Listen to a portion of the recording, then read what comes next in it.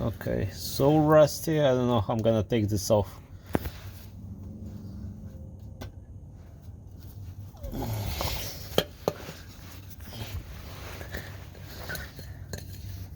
And hello again, and we're back again with another exterior video.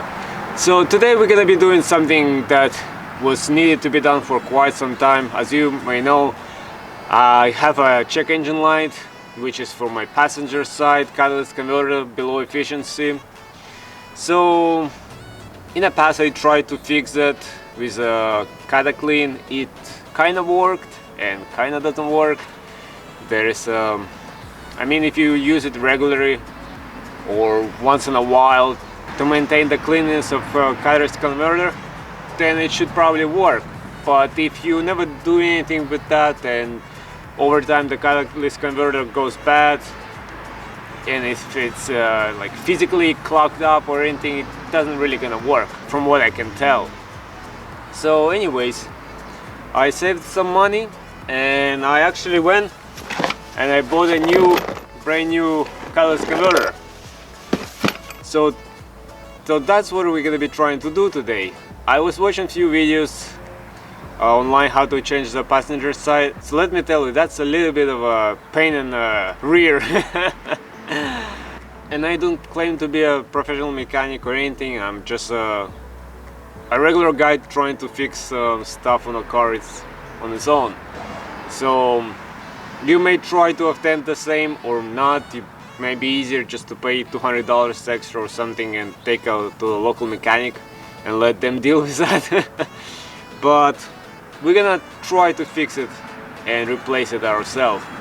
First and foremost, we're gonna have to remove this tire again to get in there so we can work with a catalyst converter, so we can undo the bolts hopefully and remove the O2 sensor. To do that, we're gonna loosen up the lug nuts first, and then we're gonna lift up the truck and remove the tire and lay it under the car for extra protection. I'm still gonna use the 2 jacks whenever I lift up the car, so it gives me extra protection.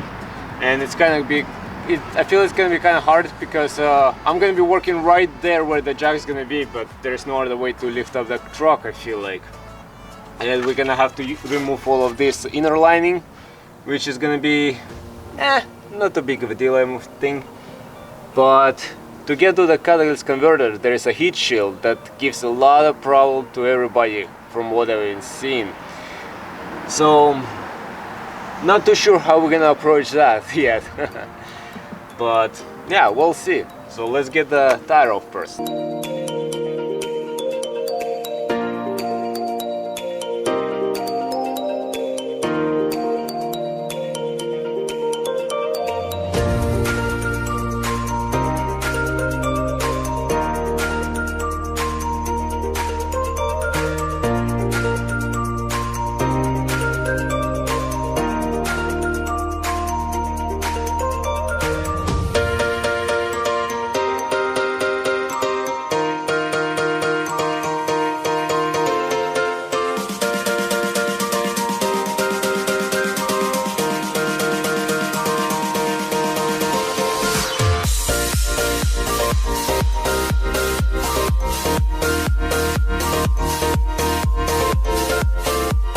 Now let's give it a good shake to make sure it's nice and sturdy.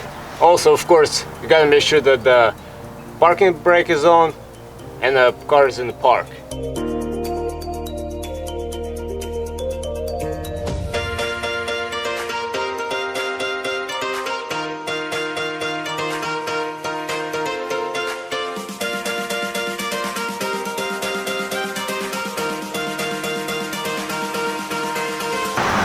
Alright, and with the tire off, we can just lay it under the truck just for extra protection.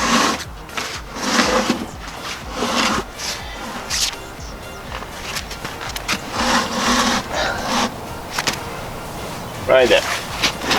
Okay, so now we just have to remove all of this plastic over here from the inner well, so we can actually get access over there to the catalyst converter. And that should be pretty easy. We have a few screws over here and over here, and then there is a couple of plastic bushings which we can pry with just a little pry bar. Just gotta be very careful with them because they're very brittle and old. They might break, so better off have a new ones to replace, but if you don't have, just be careful. Now to do that you can just use a regular Phillips screwdriver or you can use a screw gun. So that's what I'm gonna use.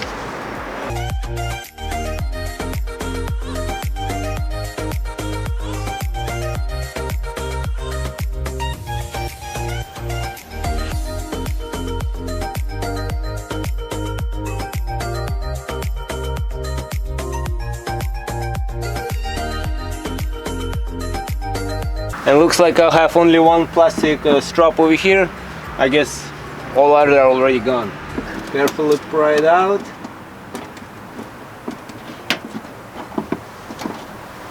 Okay, not too bad. And then we have a few more Phillips screws on top holding it.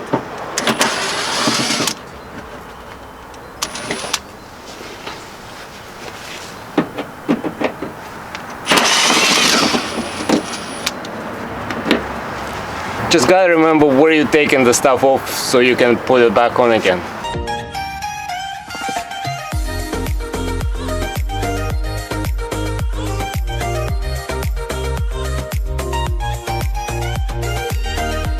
And that's it, and it's out. Alright, so now we have more room inside. So this is actually our catalyst converter over there, and O2 sensors that we have to remove. We have to undo that connector over there so we can unscrew it carefully, and then we can try to see how we're gonna get inside there. So we're gonna try to not to break anything, but carefully remove that sensor. Let's see if we can do it with a screwdriver. Okay, so that was a bit of a challenge, but I finally figured out the way this connected in there. You have to sort of shove a little screwdriver right between there, and that will free the sensor. Okay, let's see if we can break this one. And I mean, not break it, but unscrew it.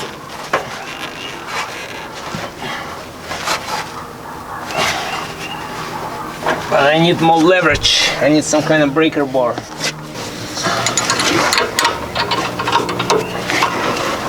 So let's use this as a breaker bar. Let's see if this works.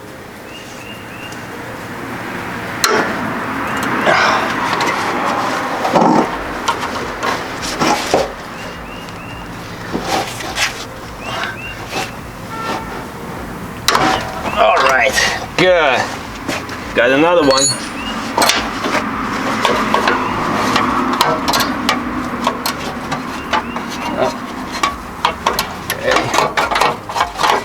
Now we can undo the rest by regular key.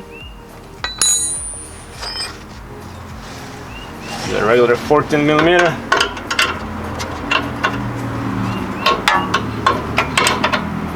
Yep, nice.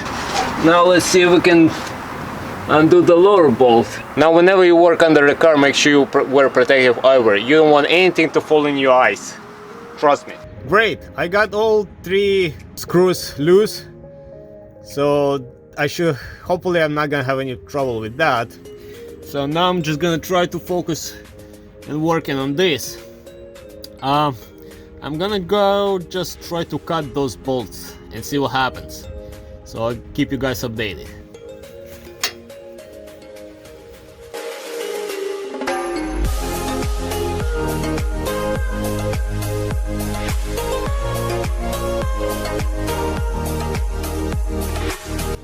Okay, so I finally cut that screw shorter.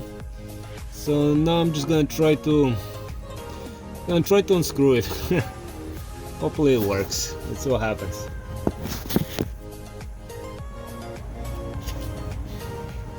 Hopefully there is some kind of video over there that I'm catching there.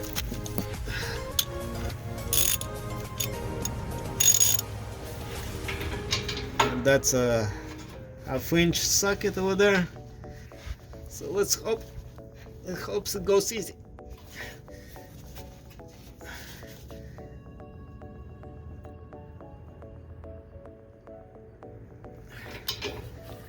I don't know about that. What's easy? Doesn't want to budge yet.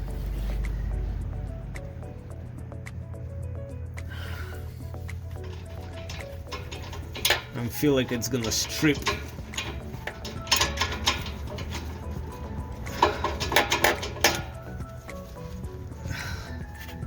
Yeah, I think the socket is stripping there.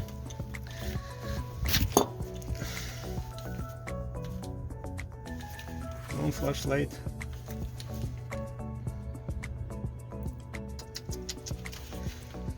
Ay, ay, ay. This is really not good.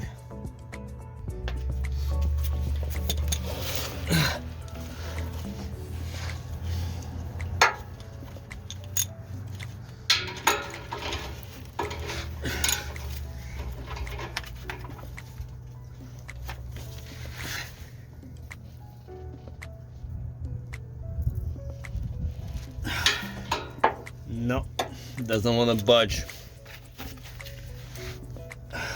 It's so rusted over there. It's like single piece of metal now, and you can tell that it's already started to strip, started to get rounded up. Yeah, unfortunately I don't have the right tools to cut those. Well guys, at least I tried, but unfortunately those, especially that screw over there, are rusted so much beyond